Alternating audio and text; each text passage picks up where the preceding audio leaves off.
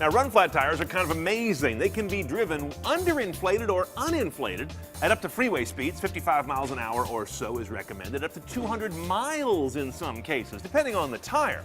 How they do that's interesting. Here's a conventional tire, and if I get on the sidewalls here, I can deflect them. You've probably done this with an old tire laying around, even on a swing when you were a kid.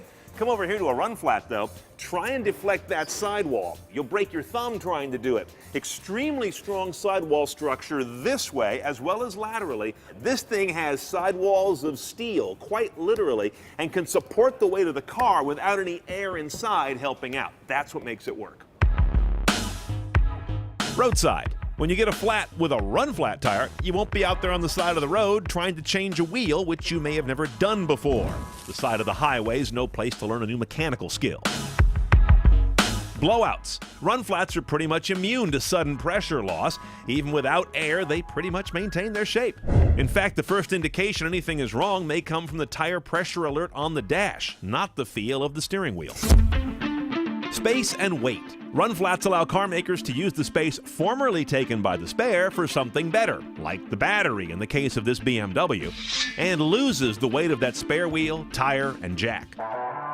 Now the cons. Run flat tires tend to cost more and weigh more. Two things you don't want in a tire. First of all, the cost.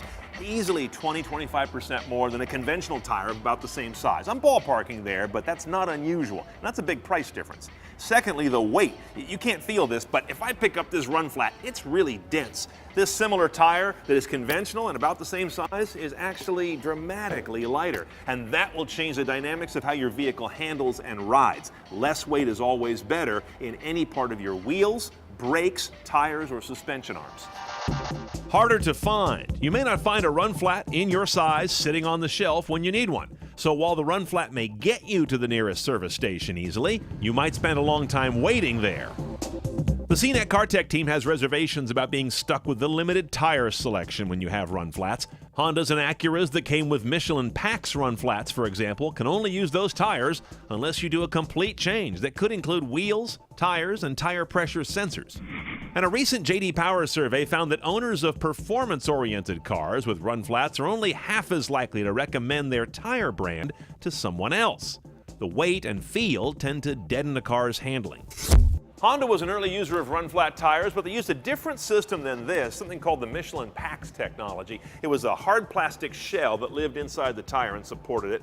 Same basic idea, but they bailed out in 2009. Don't put those on cars anymore. That leaves BMW, Mini, and some Corvettes as the main users today of the stiff sidewall technology like I've showed you.